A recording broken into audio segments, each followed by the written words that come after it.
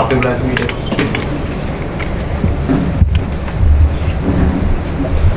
Message आपके number से गया।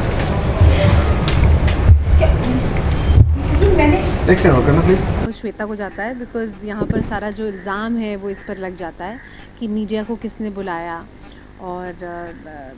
दुर्भाग्य से वो बेचारी अपने आप को सुलझाने के लिए, अपनी बात को लोगों तक पहुँचाने के लिए और ये बताने के लिए भाई उसने कोई गलती नहीं की है, जूही है जो साजिश कर रही है उसके खिलाफ़, वो सब करने के लिए वो एक स्टिंग ऑपरेशन भी करती है। लेकिन वो भी दुर्भाग्य से क्या होता है, हड़बड़ाहट में उसका फ़ोन जो है वो पटाखे के डब्बे में छूट जाता है, पटाखे का डब्बा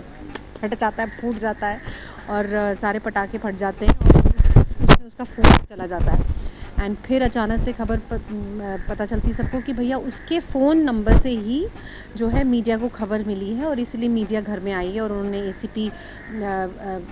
नील को बोला है कि भैया आप गलत कर रहे हैं, जो कुछ भी कर रहे हैं, और उस पर इल्ज़ाम लगाते हैं कि भैया जूही कौन है, ये मिष्टी कौन है, आपकी बच्ची है जूही अभी भी आपकी ज़िंदगी में, फलाना ढिमकाना।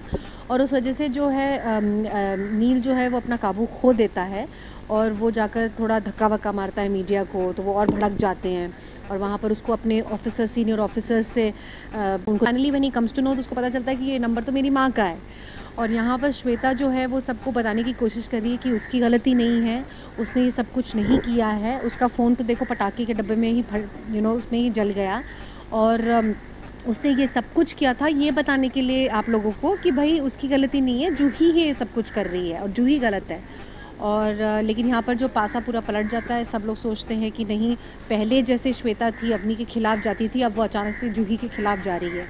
और वो कुछ भी करने के लिए तैयार है उसको इस घर से बाहर निकालने के लिए। तो ये सब चल रहा है और मैं यहाँ रोती धोती हूँ, सबको बोलती हूँ, लेकिन कोई सुनने को तैयार नहीं है। मेरा बेटा मुझसे नाराज़ हो जाता है, मेरे पति प्रकाश जी वो बोलने लग जाते हैं कि आप अपने आप को सही साबित करने के लिए गलत तरीके का इस्तेमाल कर रही हैं। बेबे जो हमेशा से सोचती है कि भैया श्वेता तो हमेशा गलत चीज़ ही करती है, तो वो तो बोल ही देती है भाई इसका तो ये तो है ही ऐसी, और चली जाती है। नीला जी भी बोलने लगती है कि भाई ये तो अब हद ही हो गई जो आपने किया है। यहाँ वो अकेली पड़ जाती है, उसको समझ नहीं आता क्या है। लेकिन अवनी कहीं ना कहीं देखती है कि सारी जो चीज़ें हैं वो आकर श्वेता पे ही क्यों है, माँ पर ही क्यों फोकस हो गई हैं, तो कुछ ना कुछ कहीं ना कहीं तो गड़बड़ है ही।